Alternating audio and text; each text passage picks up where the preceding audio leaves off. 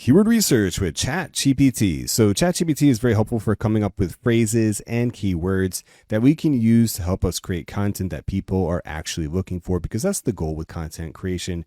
Yes, you need to create content that fills out and completes your website, but you also need to be creating content that people are actually looking for as a way to be useful and helpful to your audience. We're also going to be using a secondary tool over here, and I'm using Ubersuggest, but you can use whatever keyword research tool you want. The whole goal of using this tool is just to verify any type of search volume, because there's no point in creating content around a keyword phrase that doesn't have any search volume whatsoever. I like Ubersuggest primarily because has a lifetime plan. So one and done, no paid subscriptions, you pay for it and you get access to the tool without any types of limits like you do on Ubersuggest free plan, because they do have a free plan, but it's limited. So just pay one-time fee, done. All right, anyways, let's get started over here. Now, you want to have a swipe file, as I like to call it. And the swipe file is where you want to keep your different prompts that you use for keyword research that you like and find effective. So what I always like to do is I always like to ask, like, what are popular long tail keywords for the short tail keyword, then enter in your keyword. So a short tail keyword would be something like start a blog. A long tail phrase would be how to start a blog with Wix. That's a longer tail phrase, if that makes any sense. And so this is just helpful because it builds out a phrase around a short tail keyword phrase. So let's just take a quick look at this right there. We'll put that in, and we'll be using the keyword phrase online teaching in this example. What are 10 popular long tail keywords for the short tail keyword, online teaching? And this is great. So right here, interactive activities for online teaching classrooms. That's quite interesting. So we can ask it to expand upon that. Advantages and disadvantages of online teaching. That's a little surface level. We'd want something a little bit more unique, and we need to go into that one a little bit more. Online teaching methods for high school students, how to improve student engagement in online teaching. So that one I really like. So we'll do this over here. Please expand on let's say number 2, how to improve student engagement. And this one right there, and on number 7. And on number 7. Fire away. All right, so we have gamification, utilize interactive tools, encourage collaboration, personalized learning. Very, very nice. And then interactive activities for online teaching. We have, again, tools like Kahoot. All right. Role-playing activities, digital whiteboard sessions. This is great. Like a lot of like unique stuff that we could be looking more in detail, like a digital whiteboard.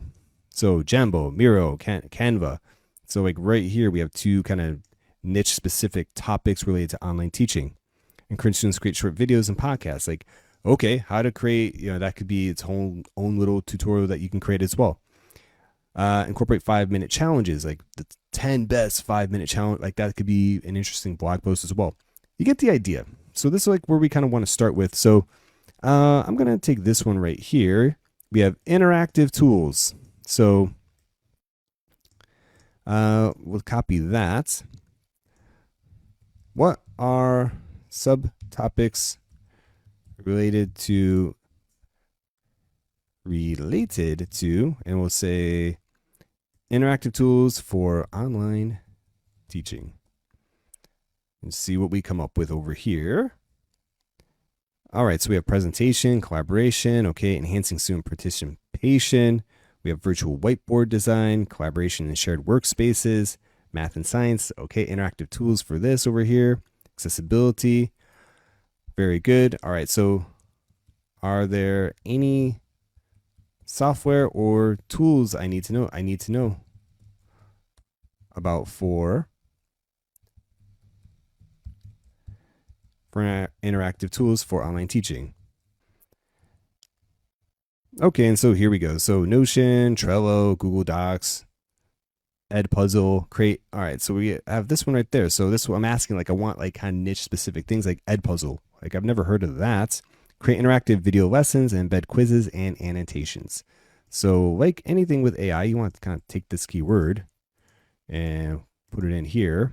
And Edpuzzle is actually a thing. So there we go. give me keyword phrases for Edpuzzle. Yes, it's a little bit generic right there. And away we go. So now you can kind of Edpuzzle for flipped classroom teaching like that. That's really kind of specific right there.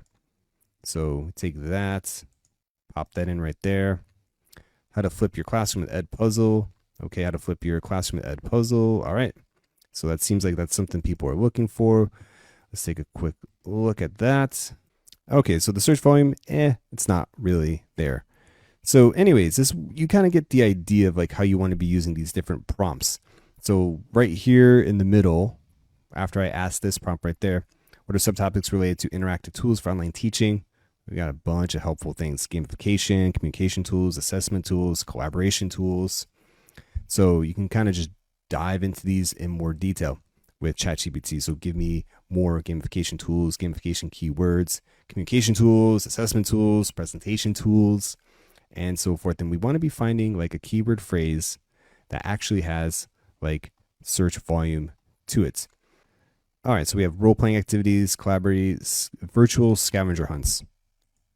That's a great idea. Like I didn't even think of that. Yeah, virtual scavenger hunts. Create a list of items students must find online or around their house within a limited time. So we'll take that right there, a virtual scavenger hunt. Is that a thing people are kind of looking for? Is that something? Take a look at that. Virtual scavenger hunt. There we go. So search volume, yep. SEO difficulty, kind of low. Very kind of unique. So there we go. So give me subtopics related to virtual scavenger hunts. And here we go. So we have like more dedicated specific keyword phrases. And that's kind of like how you want to use ChatGPT. Okay, so that's my prompts. Okay, so what are popular subtopics related to whatever? Long tail for the short tail. And what are popular subtopics for something, or what are subtopics for this subtopic? To go even more detail. And then finally, my last keyword, what are 10 different popular keyword phrases? Or we could take that one as well. Like, and you don't have to have it be 10, you could 20, whatever you want. So what are 10 different popular, and then we'll use this one right here, virtual scavenger hunt. What are 10 different popular virtual scavenger hunt keywords? Open up that. Okay, best virtual scavenger hunt ideas for the classrooms: hunt for kids, games, remote learning, tools for teachers, team building, themed virtual scavenger hunts for team building. Like, just there you go. So this is why we want to use ChatGPT, because it comes up with things that like, oh yeah, I didn't even think of that. That's a good idea. And also different specific subject specific tools we can get: collaboration tools, video interactive media, assessment tools and feedback. A whole lot of things to kind of dive into: role-playing activities, collaborative story writing, interactive multimedia projects. And then you want to just jump in over here and take a quick look to see if there's any search volume. What I care about is just any search volume, anything. If it's 100, that's fine for me. It's good enough, just as long as like people are searching for it. And obviously Uber Suggest is quite helpful, because then you come down here, it gives you suggestions, questions, prepositions, and comparisons. So and then it gives you the volume over here. So virtual scavenger hunt rules, ideas, how to play, like, and then you can take from ChatGPT and Uber Suggest, combine it, and there you go. Like, what a unique phrase this is: virtual scavenger hunts. And then look at that, virtual scavenger hunts for adults, rules, ideas, how to play virtual scavenger hunt. Like, that's could be a whole series of blog posts related to this specific vertical to build out authority within this topic. And then over here, if you want, I typically like to use like Google Docs. And then you just want to copy and paste in the keyword phrase that you find that you want to maybe target and go after, however you want to do that. Or if you just want to use Notepad, that's totally fine as well. So it's totally up to you how you want to keep track of everything. But that's what I was just doing: keyword research. Use a keyword research tool to verify search volume, and you are good to go.